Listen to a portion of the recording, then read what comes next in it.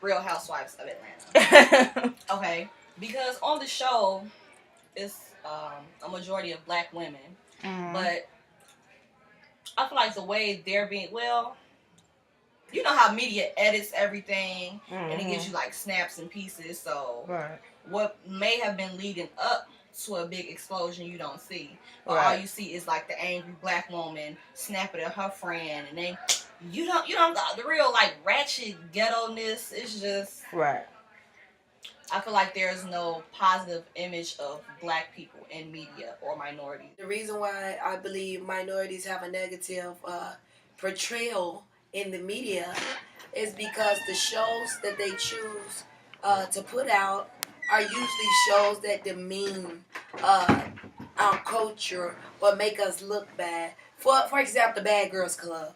Now that show mostly is a lot of minorities in there. And in that show, it portrays young people to be violent. It portrays young people to be senseless and to make them as though they don't think before they act. And so it portrays a very negative appearance of youth culture as a whole. One of the things I notice is when there is a crime in a minority neighborhood, if it's black on black, it gets all the publicity in the world. Like, the world is coming to an end. Look what they're doing. When it's black on white, it's almost as bad as having nailed Christ to the cross. When it's black on black, they make a big deal of it, but it's not as big a deal. Because it's almost as if they're saying we expect that from them. And then when it's white on white crime or other races of people, it's kind of played down. Yes. Sometimes they don't even make any distinction and say there was a suspected Latino perpetrator. But if it's an African American, they always make sure that this was an African American. Right. I think it's very slanted. And they make excuses for white on white crime. He's schizophrenic. He's bipolar. He's on medication. He's on medication. His dad beat him. His mother didn't love him. There's always a reason why white people do act these like things. Animals. Yes. But black people are just animals. We're just animals. And they do report it as if that's just expected. Right. And this is nothing out of the ordinary. Another black child was shot in a drive-by. 3 more black people were shot. Yeah, and that's another thing I noticed. When there's white on white crime, they don't have to announce that they don't think it was gang related. When it's black on black crime, we don't think it was gang related. His mother says he's not in the gang. What difference does it make? Well, over time, it's been a pretty decent balance of the negative and the positive. Not everything has been the negative stereotypes, and not everything has been all the way positive. But more so in the less positive situations, it's reality TV, news, things of that nature. I've just kind of learned sometimes to kind of step out of the stereotypes, especially taking classes like this. You learn a lot of stuff. So I've kind of learned sometimes to kind of step out of the stereotypes. Everybody is on the same level of dangerousness and ignorance or stupidity, or you finna do something extremely dumb in my vicinity. I remember one time, me and my friends were in the house and we were watching the Bad Girls Club. And we were all cool and it was fun and we were watching, it was funny and we were laughing. Especially when they were fighting and stuff, we thought it was cool.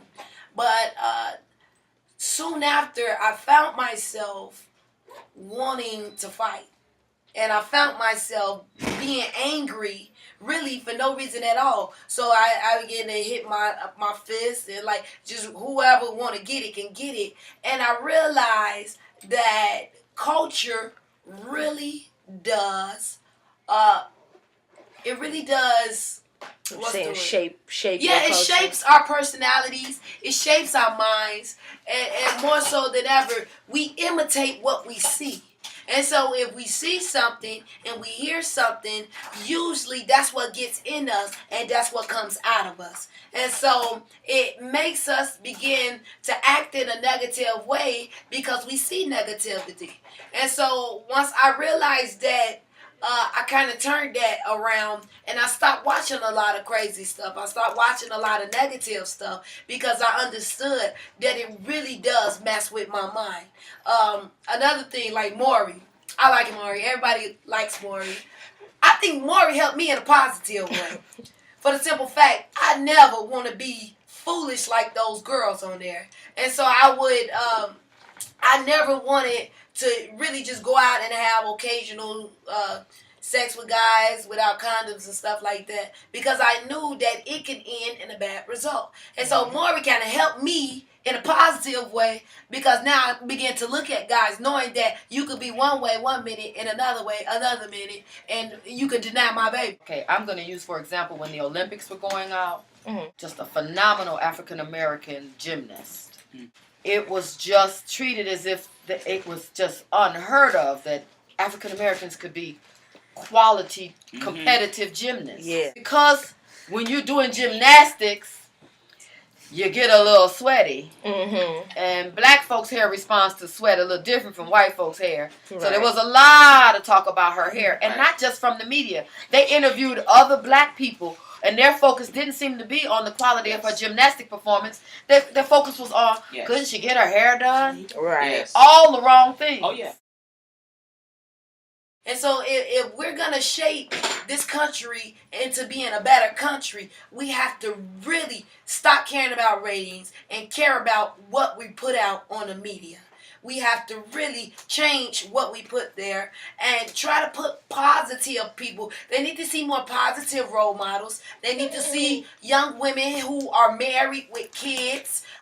Concentrate more on the action, on the activity, than on the race, the cultural differences. Right. It may be important at some point that they had a rough upbringing, that they had to get past certain obstacles, but not during an interview with... Not during, the height of the right, success. Right.